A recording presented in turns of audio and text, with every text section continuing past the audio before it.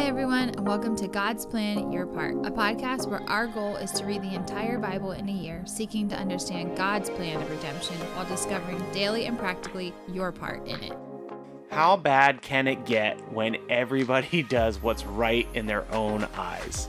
I feel like that is literally what these chapters are about. Today we are finishing out Judges. We're reading Judges 19 to 21. I think it might be one of the most disturbing readings in the entire Bible. Actually, I kind of struggle to think of worse ones, just because it is graphic in nature. Actually, there is literally no good decisions, and it just proves how bad Judges gets. My immediate response to that even is like, when I first started reading the Bible, I knew there were going to be things that I would not feel comfortable with. And there have definitely been some.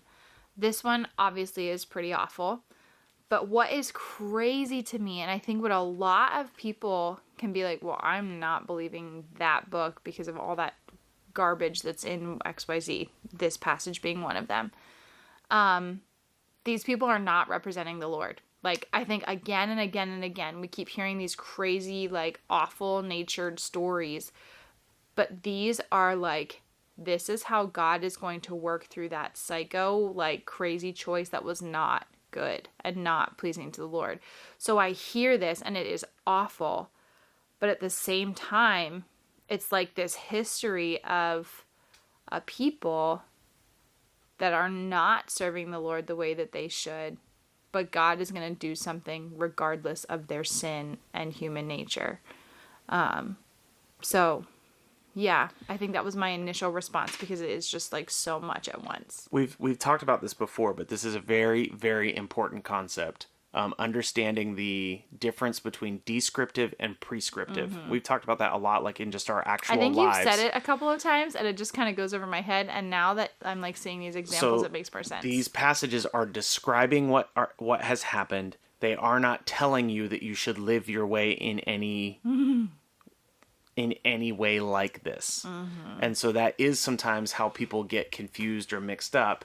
These passages don't instruct us in any way other than to show how bad it gets. Especially when you hear about people that are like, oh, the Bible, okay. And they whip right open to Judges 21. Yeah, they're going to be very confused and concerned. These passages are great passages to make the case that you should never just like ask God to speak to you and open your Bible and point at a passage. Oh, you might end up doing something crazy.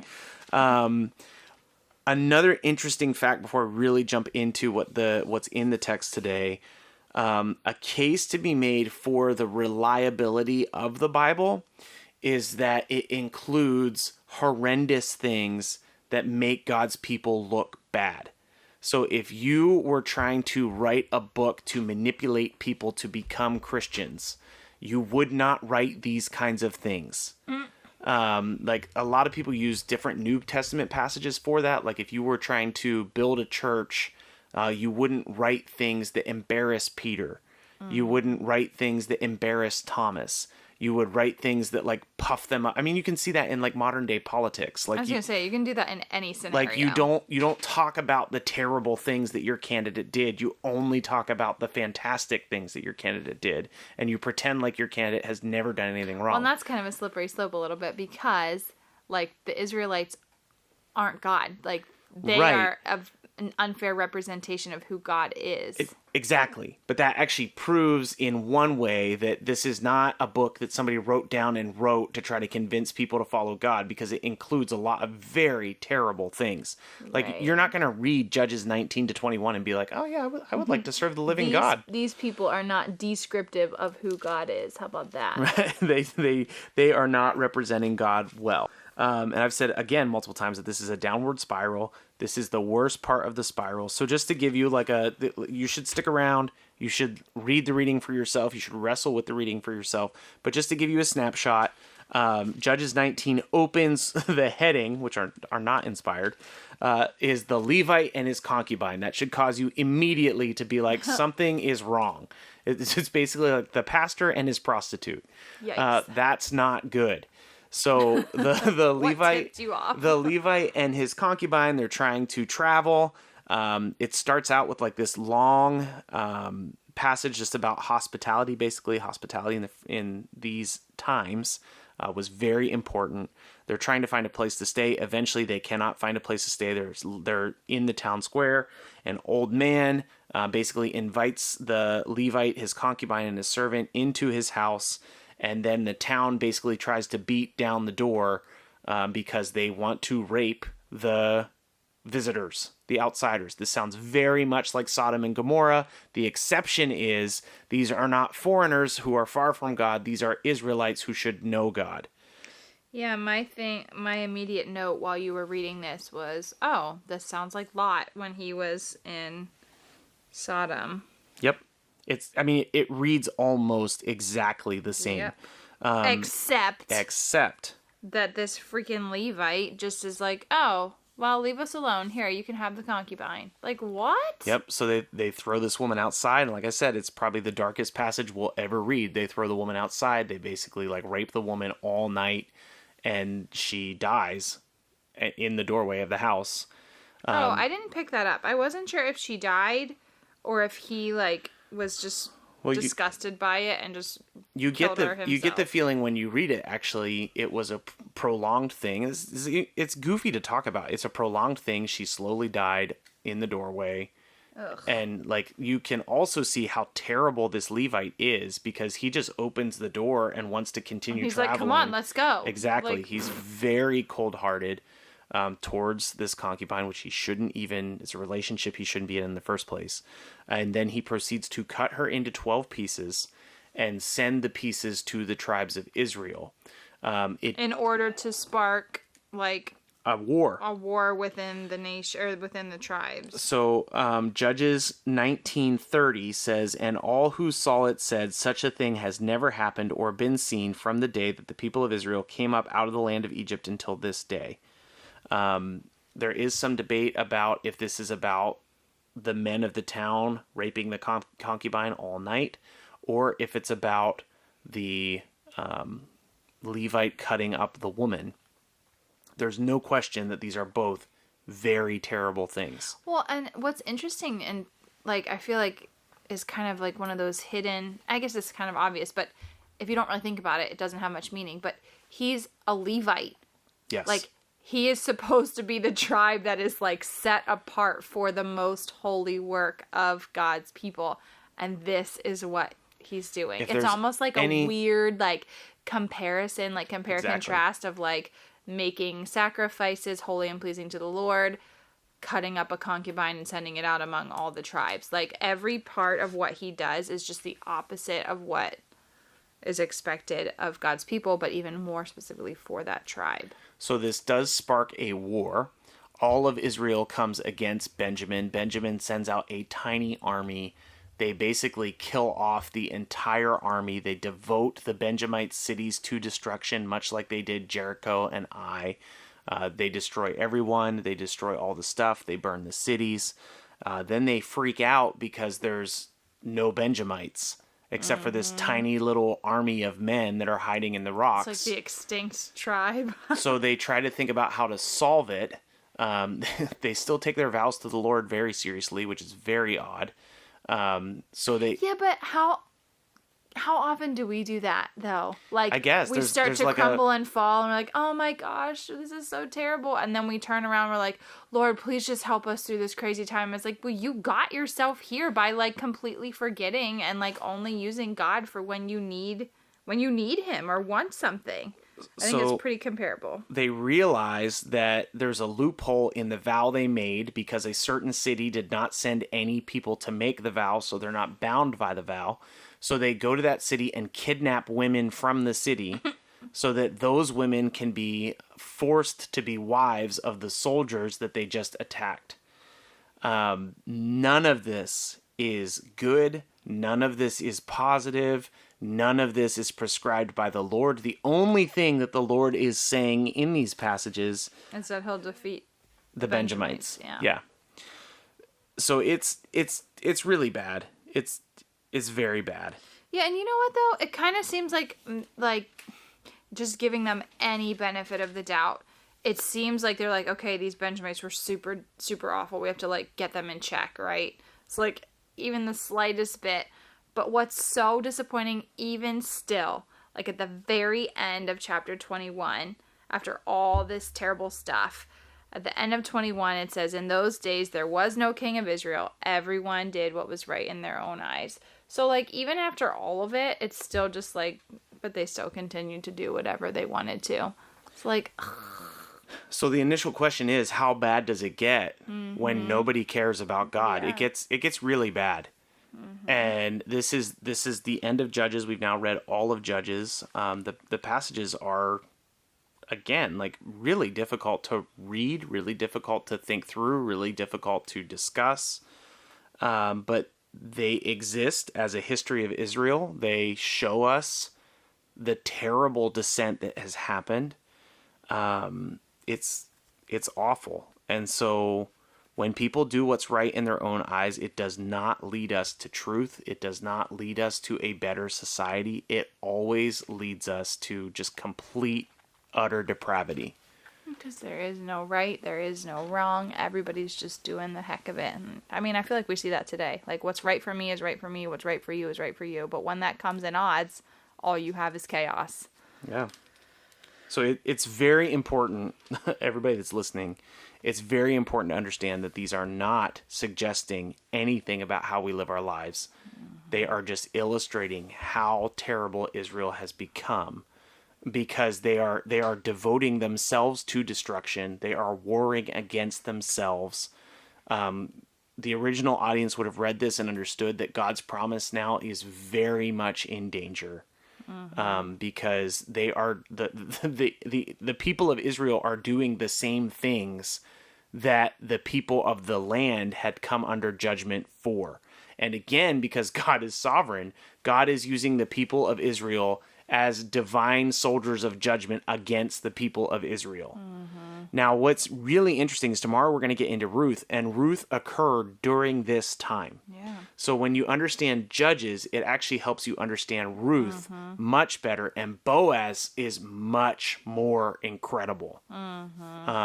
So in some ways, I'm looking forward to Ruth, because this has been so bleak, and Ruth is not bleak. And it happens at exactly the same time, like these stories coexist. So do you have a your part? Like, is the your part, don't do this? It's a pretty good reflection of what yesterday's was too. Like, the more that you allow sin and removal of God from your life, the more chaos ensues.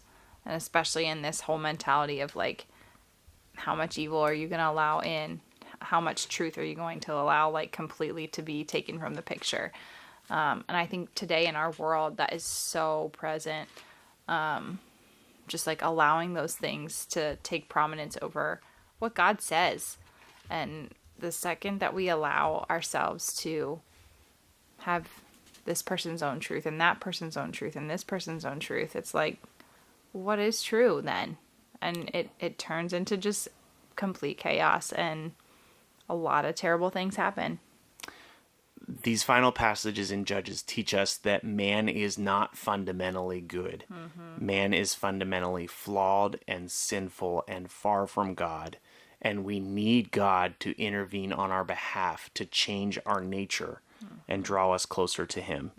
And so we will see tomorrow a man who has allowed God to change his nature and be more like himself. Hallelujah. Hallelujah. So it's tough. I mean, if this struck you in a rough way, I understand that.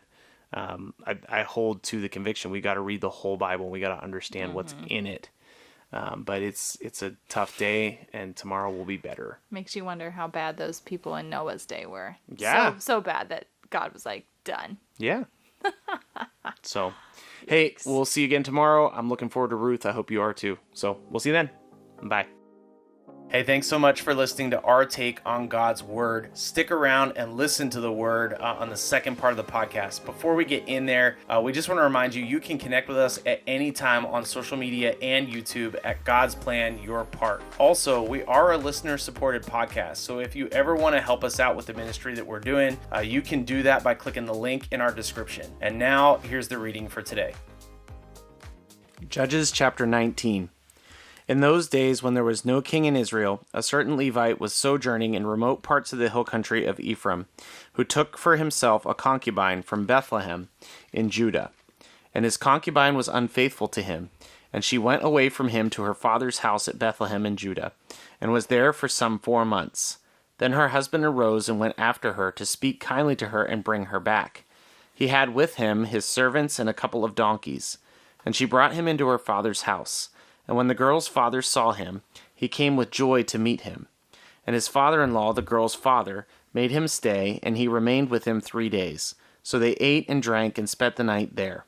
And on the 4th day they arose early in the morning, and he prepared to go. But the girl's father said to his son-in-law, "Strengthen your heart with a morsel of bread, and after that you may go." So the two of them sat and ate and drank together. And the girl's father said to the man, "Be pleased to spend the night, and let your heart be merry." And when the man rose up to go, his father-in-law pressed him till he spent the night there again. And on the 5th day he arose early in the morning to depart. And the girl's father said, "Strengthen your heart and wait until the day declines." So they ate, both of them. And when the man and his concubine and his servant rose up to depart, his father-in-law, the girl's father, said to him, "Behold, now the day has waned toward evening. Please spend the night. Behold, the day draws to its close. Lodge here and let your heart be merry, and tomorrow you shall arise early in the morning for your journey and go home." But the man would not spend the night. He rose up and departed and arrived opposite Jebus, that is Jerusalem. He had with him a couple of saddled donkeys, and his concubine was with him.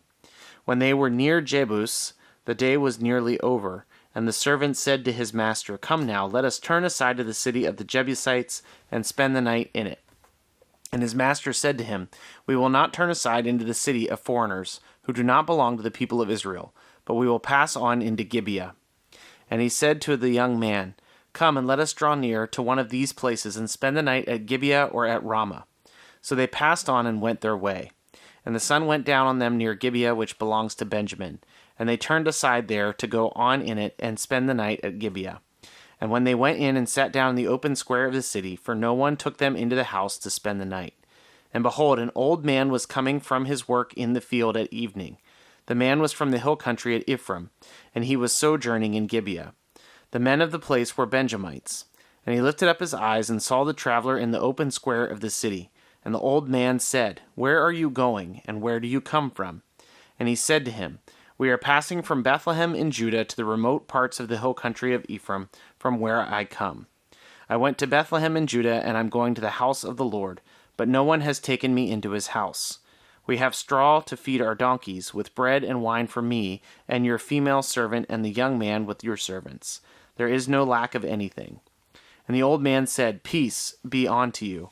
I will care for all your wants, only do not spend the night in the square." So he brought him into his house and gave the donkeys feed, and they washed their feet, and they ate, and they drank.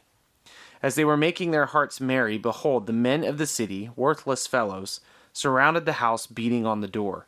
And they said to the old man, the master of the house, "Bring out the man who came into your house, that we may know him." And the man, the master of the house, went out to them and said to them, "No, my brothers, do not act so wickedly. Since this man has come into my house, do not do this vile thing. Behold, here are my virgin daughters and his concubine. Let me bring them out now. Violate them and do with them what seems good to you. But against this man do not do this outrageous thing." But the men would not listen to him. So the man seized his concubine and made her go out to them. And they knew her and abused her all night until the morning. And as the dawn began to break, they let her go. And as morning appeared, the woman came and fell down at the door of the man's house where the master was until it was light. And her master rose up in the morning, and when he opened the doors of the house and went out to go his way, behold, there was his concubine lying at the door of the house with her hands on the threshold. He said to her, "Get up, let us be going." But there was no answer. Then he put her on the donkey, and the man rose up and went away to his home. And when he entered his house, he took a knife, and taking hold of his concubine, he divided her, limb by limb, into 12 pieces, and sent her throughout all the territory of Israel. And all who saw it said, "Such a thing has never happened or been seen from the day that the people of Israel came up out of the land of Egypt until this day. Consider it, take counsel, and speak." Then all the people of Israel came out from Dan to Beersheba, including the land of Gilead, and the congregation assembled as one man to the Lord at Mizpah. And all the chiefs of all the people, of all the tribes of Israel, presented themselves in the assembly of the people of God, 400,000 men on foot that drew the sword. Now the people of Benjamin heard that the people of Israel had gone up to Mizpah. And the people of Israel said, "Tell us, how did this evil happen?" And the Levite, the husband of the woman who was murdered, answered and said, "I came to Gibeah that belongs to Benjamin, I and my concubine, to spend the night. And the leaders of Gibeah rose against me and surrounded the house against me by night. They meant to kill me, and they violated my concubine, and she is dead. So I took hold of my concubine and cut her in pieces and sent her throughout all the country of the inheritance of Israel, for they have committed abomination and outrage in Israel. Behold, you people of Israel, all of you, give your advice and counsel here." And all the people arose as one man, saying, "None of us will go out to his tent, and none of us will return to his house. But now this is what we will do to Gibeah. We will go up against it by lot, and we will take 10 men of 100 throughout the tribes of Israel, and 100 of 1,000, and 1,000 of 10,000, to bring provisions for the people, that when they came they may repay Gibeah of Benjamin for all the outrage that they have committed in Israel." So all the men of Israel gathered against the city, united as one man. And the tribes of Israel sent men through all the tribe of Benjamin, saying, "What evil is this that has taken place among you? Now therefore give up the men, the worthless fellows of Gibeah, that we may put them to death, and purge evil from Israel." But the Benjamites would not listen to their voice of their brothers, the people of Israel. Then the people of Benjamin came together out of the cities of Gibeah to go to the battle against the people of Israel. And the people of Benjamin mustered out of their cities on that day 26,000 men who drew the sword, besides the inhabitants of Gibeah, who mustered 700 chosen men. Among all these 700 chosen men, who were left-handed, every one could sling a stone at a hair and not miss. And the men of Israel, apart from Benjamin, mustered 400,000 men who drew the sword. All these were men of war.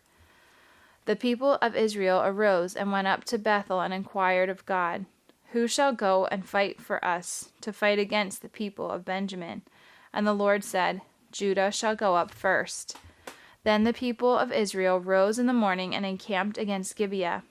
And the men of Israel went out to fight against Benjamin, and the men of Israel drew up the battle line against them at Gibeah. The people of Benjamin came out of Gibeah and destroyed on that day 22,000 men of the Israelites. But the men of Israel, took courage, and again formed a battle line in the same place where they had formed it on the first day. And the people of Israel went up and wept before the Lord until the evening. And they inquired of the Lord, "Shall we again draw near to fight against our brothers, the people of Benjamin?" And the Lord said, "Go up against them." So the people of Israel came near against the people of Benjamin the second day. And Benjamin went against them out at Gibeah the second day, and destroyed 18,000 men of the people of Israel. All of these were men who drew the sword. Then all the people of Israel, the whole army, went up and came to Bethel and wept. They sat there before the Lord and fasted that day until evening, and offered burnt offerings and peace offerings before the Lord. And the people of Israel inquired of the Lord, for the ark of the covenant of God was there in those days. And Phinehas, the son of Eleazar, son of Aaron, ministered before it in those days, saying, "Shall we go out once more to battle against our brothers, the people of Benjamin, or shall we cease?" And the Lord said, "Go up, for tomorrow I will give them into your hand." So Israel set men in ambush around Gibeah. And the people of Israel went up against the people of Benjamin on the third day, and set themselves in array against Gibeah, as at other times. And the people of Benjamin went out against the people, and were drawn away from the city. And as at other times they began to strike, and kill some of the people in the highways, one of which goes up to Bethel, and the other to Gibeah, and in the open country, about 30 men of Israel. And the people of Benjamin said, They are routed before us, as at the first. But the people of Israel said, Let us flee and draw them away from the city to the highways. And all the men of Israel rose up out of their place, and set themselves in array at Baal Tamar. And the men of Israel who were in ambush rushed out of their place at Gibeah. And there came against Gibeah 10,000 chosen men out of all of Israel. And the battle was hard, but the Benjamites did not know what disaster was close upon them. And the Lord defeated Benjamin before Israel, and the people of Israel destroyed 25,100 men of Benjamin that day. All these were men who drew the sword. So the people of Benjamin saw that they were defeated. The men of Israel gave ground to Benjamin, because they trusted the men in ambush who they had set against Gibeah. Then the men in ambush hurried and rushed against Gibeah. The men in ambush moved out and struck all the city with the edge of the sword. Now the appointed signal between the men of Israel and the men in the main ambush was that when they made a great cloud of smoke rise up out of the city, the men of Israel should turn in battle. Now Benjamin had begun to strike and kill about 30 men of Israel. They said, Surely they are defeated before us, as in the first battle. But when the signal began to rise out of the city in the column of smoke, the Benjamites looked behind them, and behold, the whole city went up in smoke to heaven. Then the men of Israel turned, and the men of Benjamin were dismayed, for they saw the disaster was close upon them. Therefore they turned their backs before the men of Israel in the direction of the wilderness, but the battle overtook them. And those who came out of the cities were destroying them in their midst. Surrounding the Benjamites, they pursued them, and trod them down from Nohah as far as opposite Gibeah on the east. 18,000 of Benjamin fell, all of them men of valor. And they turned and fled toward the wilderness to the rock of Rimmon.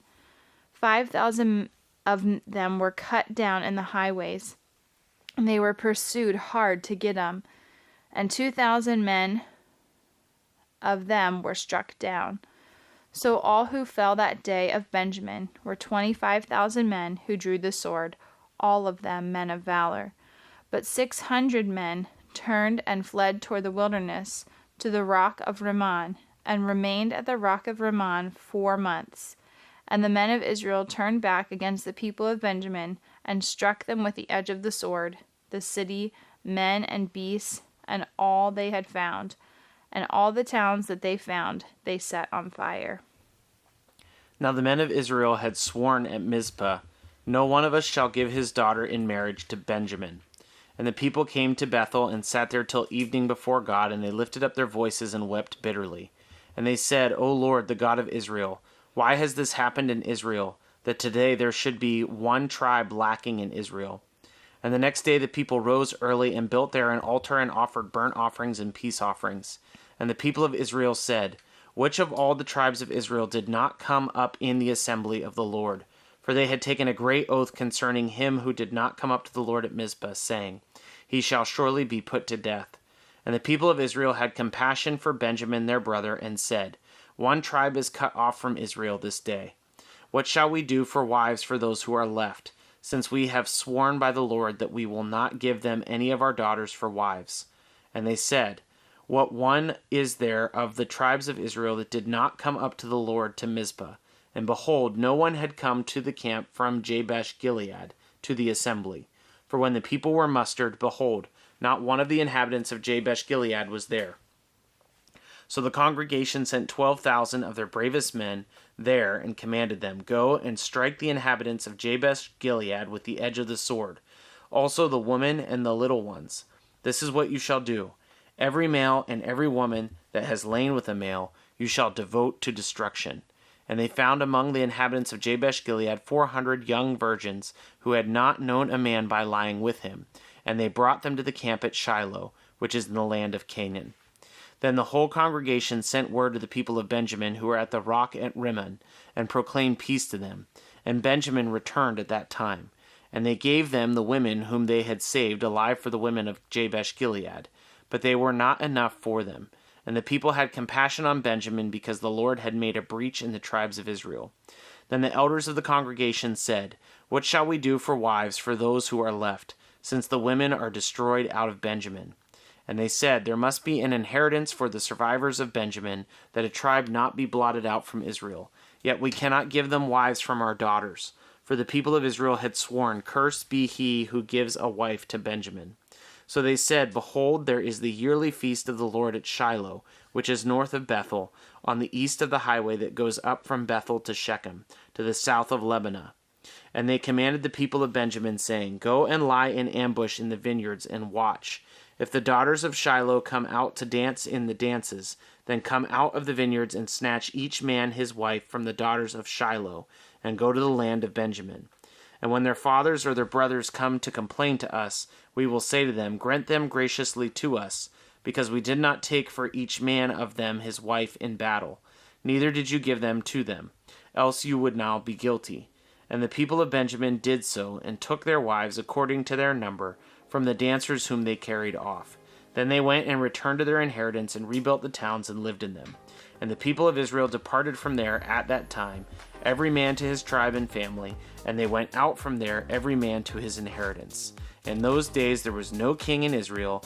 Everyone did what was right in his own eyes. Thanks so much for listening to God's Plan, Your Part.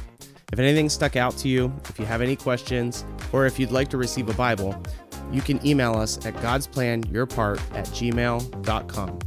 Also, if you're enjoying the podcast, please consider supporting us through the link in our description. We love that you're on this journey with us, and we hope you have a great day. See you tomorrow.